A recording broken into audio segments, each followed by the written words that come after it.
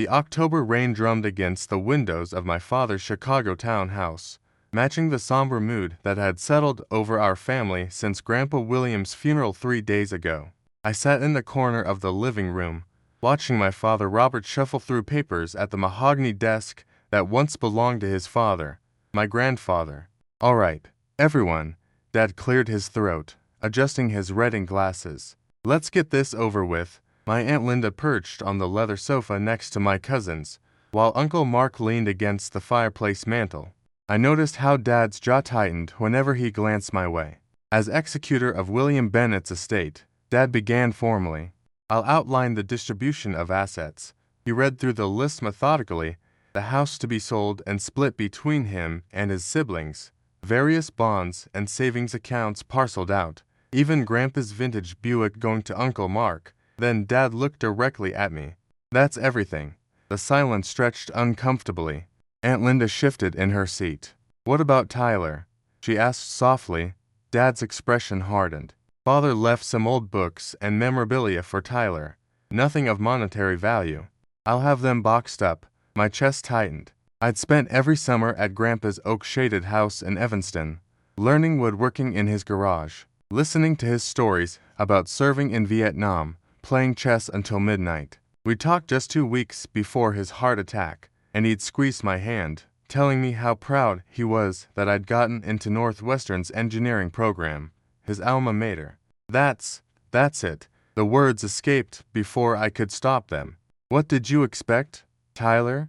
Dad's voice carried an edge. "You're 22, not a child." Father was practical. "He knew you could make your own way." I nodded, swallowing the lump in my throat. The irony wasn't lost on me. I'd been closer to Grandpa than Dad ever was. While my father built his corporate law practice, barely visiting except for obligatory holidays, I was the one who drove Grandpa to his doctor's appointments, helped him digitize old photo albums, stayed with him when Grandma died 5 years ago. "Can I at least go to the house to pick up the books?" I managed to ask. Dad waved dismissively. "Next weekend. I need to have appraisers through first." As I drove home through the rain-slicked streets, my phone buzzed with a text from my girlfriend Sarah. "How did it go?" I pulled over to respond. Apparently, being the only grandchild who actually gave a damn counts for nothing. But even as I typed it, something felt wrong. Grandpa had been meticulous, thoughtful. He'd shown me his study countless times, his prized first editions, the desk where he'd written letters to Grandma during the war. The man who'd secretly paid for my car repairs when I was broke in college wouldn't just leave me out. Unless Dad knew something I didn't. Chapter 2. Behind the books. The following Saturday arrived gray and cold. Dad had given me 2 hours to collect my inheritance, a cardboard box of supposed memorabilia he'd left in the foyer. I arrived at Grandpa's Evanston house early, using the spare key still hidden under the painted rock by the garden shed. The house felt different without him. Dust motes danced in the morning light streaming through the living room windows. The smell of his pipe tobacco had already begun to fade. I picked up the box Dad had left. Some photo albums, his Navy medals, a few worn paperbacks. Pathetic. I climbed the stairs to Grandpa's study, my footsteps echoing in the emptiness. This room had been our sanctuary. The built-in mahogany bookshelves still held his collection. Everything from Hemingway first editions to engineering manuals from his days at Boeing. Running my fingers along the familiar spines, I stopped at his favorite section, World War II histories. Something was off. The books were slightly out of order, and there was a gap where his prized signed copy of Band of Brothers should have been. I pulled out the surrounding volumes, and that's when I noticed it. Subtle scratches on the wood panel behind, as if this section had been moved repeatedly. My pulse quickened. I removed more books and pressed against the panel. It gave slightly. Using my fingernails, I found a tiny gap and pulled. The panel swung open on hidden hinges, revealing a wall safe built into the studs. Holy shit, I breathed. The safe was serious business. Digital lock, steel construction. I sat back on my heels, mind racing. The combination ... Grandpa wouldn't have made it random. I tried his birthday, his anniversary, my birthday. Nothing. Then I remembered. The day he taught me about legacy. Numbers tell stories. Tyler, he'd said, showing me his military discharge papers. His service number. I'd helped him frame those papers last Christmas. My fingers trembled as I entered. 377 for 1952. The lock clicked open. Inside were manila envelopes, a leather journal, and a smaller fireproof box. I pulled out the first envelope, my hands shaking as I recognized Grandpa's careful handwriting. For Tyler's eyes only, the letter inside was dated just 3 weeks before his death. My dear Tyler, if you're reading this, then you found what your father tried to hide. I knew you would. You always were the clever one, the one who paid attention. By now, Robert has likely told you I left you nothing. This is a lie. In this safe, you'll find my true will, properly notarized and witnessed. I leave to you what I could never leave to him, not just money, but trust. Your father has grown into a man I struggle to recognize. The greed, the coldness, the way he measures everything in dollars. When I told him my intentions, he threatened to have me declared incompetent. But I was prepared. The documents here tell the whole story. My investments, the rental property in Michigan, the accounts he doesn't know about, all yours, as it should be.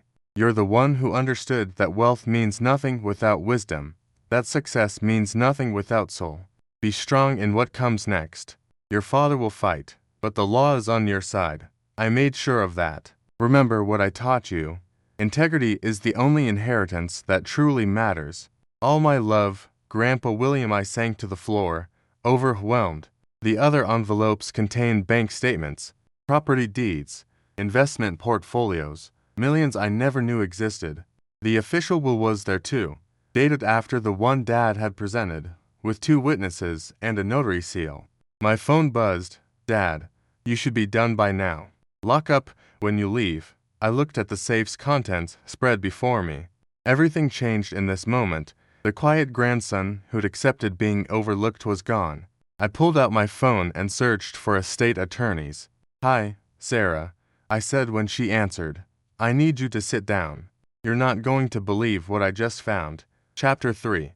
The storm breaks. Marcus Chen's law office occupied the 40th floor of a loop skyscraper, with windows overlooking the Chicago River. It had been 5 days since my discovery, 5 days of secret meetings, document reviews, and growing anger at the depth of my father's deception. Your grandfather was thorough, Marcus said, spreading papers across his conference table. This second will is ironclad.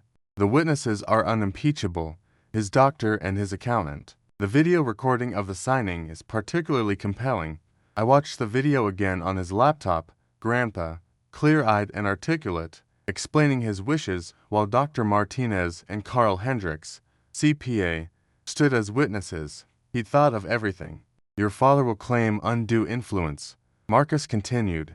It's standard in these cases. But given that you weren't present at the signing, and that your grandfather explicitly addresses his reasoning ... double quotes, he smiled grimly. Robert Bennett, about to have a very bad month. That afternoon, I sat in my apartment, steeling myself for what came next. Sarah held my hand as I dialed my father's number. Tyler. What's this about needing to discuss the estate? His voice was impatient, distracted. I found the safe, Dad. Silence. Then, what safe? The one behind Grandpa's bookshelf, the one with his real will. The one you tried to hide. The silence stretched longer this time. When he spoke, his voice was ice. You don't know what you're talking about. I have the documents. The investment accounts. The property in Traverse City. The will dated September 15th, 3 weeks before he died. Should I keep going? Listen to me very carefully. Dad's voice dropped to a near whisper. Whatever you think you found, you're mistaken. Father wasn't well at the end. He was confused, manipulated. By whom? Dad. The doctor who treated him for 20 years, his accountant. Or maybe by me, who wasn't even there when he signed it. I stood, pacing to the window. He videotaped it. Dad. He knew you'd try this. You ungrateful. He caught himself. Tyler, you don't understand. That money, those properties, I've been managing them, growing them. You're not ready. I'm not ready. Or you just weren't ready to give up control. My voice cracked. He trusted me. Dad, not you. And we both know why. The call ended with his harsh breathing and a sharp click. Within hours, the family exploded. Aunt Linda called, torn between shock and a strange relief. I knew something was wrong, she admitted. The way Robert handled everything. So secretive. Double quotes. Uncle Mark was more direct. Good for you, kid. Your dad's had this coming. But it was the call from my cousin Emma that hit hardest. Uncle Robert just left my dad a voicemail. He's threatening to destroy anyone who sides with you. Tyler, what kind of man threatens his own family? The legal machinery ground into motion. My father, true to form, lawyered up with his firm's estate team. They filed to contest the will, claiming diminished capacity, undue influence, even suggesting I'd forged documents. Marcus remained calm. Let them blow smoke. We have facts. They have desperation. The preliminary hearing was set for 3 weeks out. I spent the time diving into Grandpa's records, discovering the full scope of what he'd built. Not just wealth, but a legacy of careful investments, ethical business practices, and quiet philanthropy. Everything my father had mocked as old-fashioned and inefficient. Sarah found me one night surrounded by Grandpa's journals, tears streaming down my face. He wrote about me, I said, showing her an entry from last year, about how I reminded him of himself at my age, how he worried Dad's influence would corrupt that. She held me as I grieved, not just for Grandpa, but for the father I'd never really had. Chapter 4. Truth and Consequences. The Cook County Courthouse stood like a gray monument to justice on that December morning. Frost covered the steps, and my breath formed clouds in the frigid air. Marcus walked beside me, briefcase in hand, radiating confidence I didn't feel. Remember, he said as we climbed the steps, let your father's team make their accusations. We'll present facts. Judges appreciate the difference.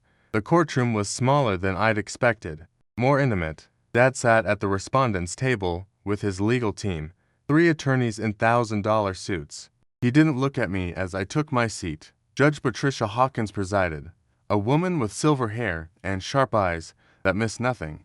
This is a hearing on the matter of the William Bennett estate, she began. I've reviewed the filings.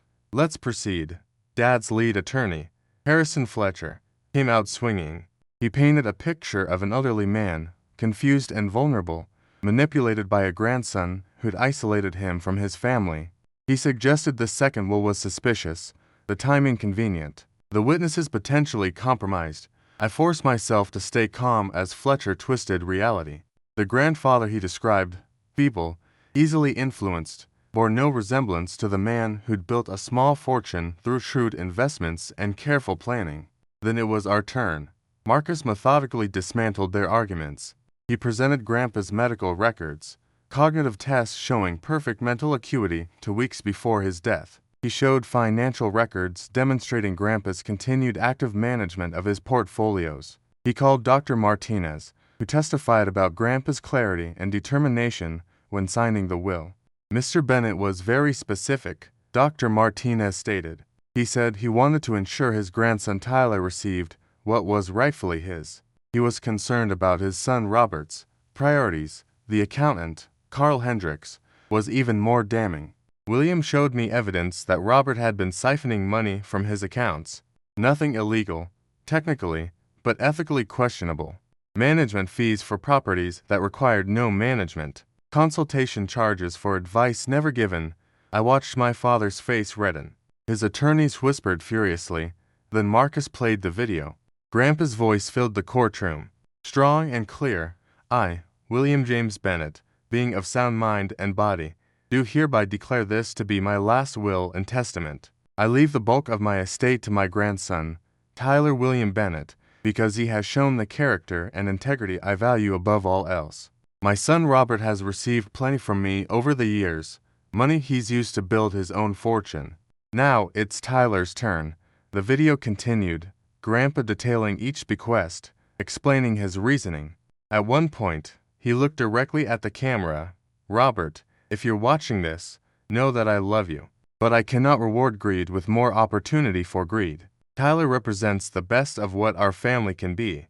Let him have this without a fight. For once, do the right thing. Judge Hawkins called for a recess. In the hallway, I found myself face to face with my father for the first time since this began. You destroyed our family, he hissed. No, Dad. You did that when you decided money mattered more than truth. I met his gaze steadily. Grandpa gave you every chance. So did I when court resumed. Judge Hawkins's ruling was swift and decisive. I find no evidence of diminished capacity or undue influence. The September 15th will stand as William Bennett's true last testament. Furthermore, she looked directly at my father. This court is troubled by evidence suggesting financial impropriety in the handling of William Bennett's affairs prior to his death. I'm referring this matter to the state's attorney for investigation. Dad's legal team immediately began discussing appeals, but the fight had gone out of him as we left the courthouse. Aunt Linda hugged me tight. Your grandfather would be so proud, she whispered. That night, I stood in Grandpa's study, my study now. The books were back in order, the safe no longer hidden. Sarah found me there, holding the photo Grandpa kept on his desk, him and me at my high school graduation. Both of us grinning. You okay? She asked. He knew this would happen, I said. Every bit of it. He prepared me for it without me even realizing. I set the photo down carefully. He didn't just leave me money, Sarah. He left me a test, and the tools to pass it. My phone buzzed with a text from Emma. Dad says Uncle Robert is stepping down from the firm, moving to Florida. Thought you should know. I felt no satisfaction, only sadness. But as I looked around the study, at the books that held so much wisdom, at the desk where Grandpa had written his letters and planned his legacy, I understood. Sometimes the greatest inheritance ain't what's left to you. It's the strength to claim what's rightfully yours and the wisdom to use it well. Outside, snow began to fall, blanketing Chicago in white. A fresh start. Grandpa would have appreciated the symbolism. Come on, I told Sarah, taking her hand. Let's go home, we have a future to build. As we drove through the snowy streets, I could almost hear Grandpa's voice. Integrity is the only inheritance that truly matters. He'd left me millions, yes, but more importantly, he left me the courage to fight for what was right. And that was worth more than all the hidden safes in the world. The morning sun cast long shadows across the Michigan property as I walked through the cherry orchard Grandpa had planted decades ago.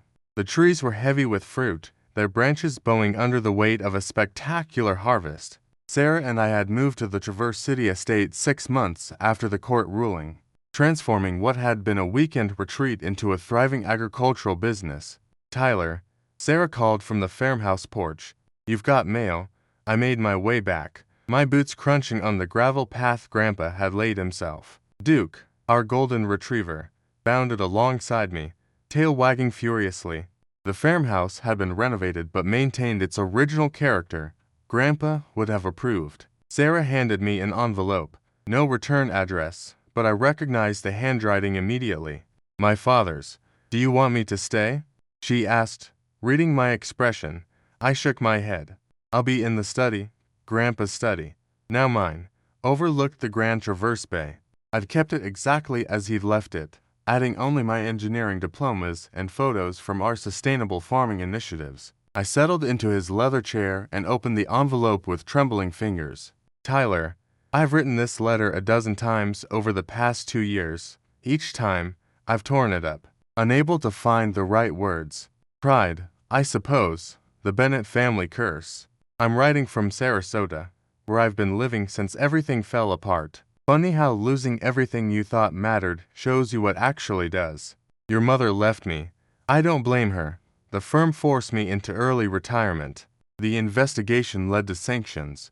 Though thankfully not prosecution, I lost colleagues, friends, respect, all things I valued above family. But I'm not writing for pity. I'm writing because a man reached out to me last month. Carl Hendricks, your grandfather's accountant. He told me something I never knew. When I was 25, fresh out of law school, drowning in student loans, suddenly I received an anonymous donation that paid them off. I always assumed it was a clerical error in my favor. It wasn't. It was Dad. Carl showed me the records. Year after year, Dad quietly helped me. Business connections, client referrals, even buying the building where I opened my first practice. He never said a word. never asked for thanks, just helped, invisibly, the way he helped you with your car repairs and God knows what else. I spent so many years resenting him for not being impressed by my success, never realizing he'd helped engineer it. The irony is bitter. I accused you of manipulating him when I was the one who'd benefited from his generosity my entire adult life. I've been seeing a therapist here. Dr. Kim calls it generational trauma, the way fathers and sons wound each other, patterns repeating until someone breaks the cycle. Dad broke it by choosing you. You broke it by standing up to me. I know I have no right to ask anything of you, but I wanted you to know. I understand now. Dad didn't leave you his money as a rejection of me. He left you his money because you understood something I never did, that wealth without wisdom is worthless, that success without soul is failure. The cherry orchard must be beautiful this time of year. Dad loved those trees, planted them the year I was born, he told me once. I never asked him more about it, another regret on a long list. I'm not asking for forgiveness. I'm not sure I've earned it yet, but I wanted you to know that I finally understand what Dad tried to teach me, what you've proven by your actions these past 2 years, the sustainable farming initiative, the scholarship fund you started in his name, the way you've grown his legacy rather than simply spending it. You're the son Dad deserved, the son I should have been. If you ever find yourself in Sarasota, I'm usually at the pier around sunset, fishing. It's something Dad tried to teach me when I was young. I'm finally learning. Robert P.S. Your mother would like to hear from you. She's living with her sister in Naperville. She never agreed with what I did, but felt trapped between us. Don't punish her for my sins. I set the letter down and walked to the window. The bay sparkled in the afternoon light. In the distance, I could see the sustainable greenhouse complex we'd built, the solar panels glinting on the roofs. Young people from the agricultural program at Northwestern worked the fields, the William Bennett Memorial Internship, funded by the estate. My phone buzzed. Marcus Chen, now a friend rather than just my attorney. The foundation paperwork is complete. You're officially a nonprofit CEO. Your grandfather would be laughing at the irony. He was right. The Bennett Family Foundation, dedicated to sustainable agriculture and education, was everything my father's corporate practice hadn't been, focused on community over profit, legacy over liquidity. Sarah appeared in the doorway, her expression concerned. Everything okay? I handed her the letter. She read it in silence, then looked up. What are you going to do? I thought about Grandpa's words. Integrity, the only inheritance that truly matters. But he'd also said something else. Near the end, forgiveness isn't weakness. Tyler, sometimes it's the strongest thing you can do. I think, I said slowly, I'm going to learn how to fish. Sarah smiled, understanding. One company, always. That evening, I composed my own letter. Dad, the cherries are indeed beautiful. This year's harvest is the best yet. We're donating half to local food banks. Grandpa's tradition, I learned from his journals. I'll be in Sarasota next month for an agricultural conference. The pier at sunset sounds good. Mom called last week. We're having lunch Thursday. Tyler P.S. Grandpa's fishing gear is still in the garage here. Well maintained. Barely used. He'd want you to have it. I sealed the envelope, addressed it to the Sarasota P.O. box he'd included. Some might call me foolish for responding, but Grandpa had taught me that holding onto anger was like holding onto hot coals.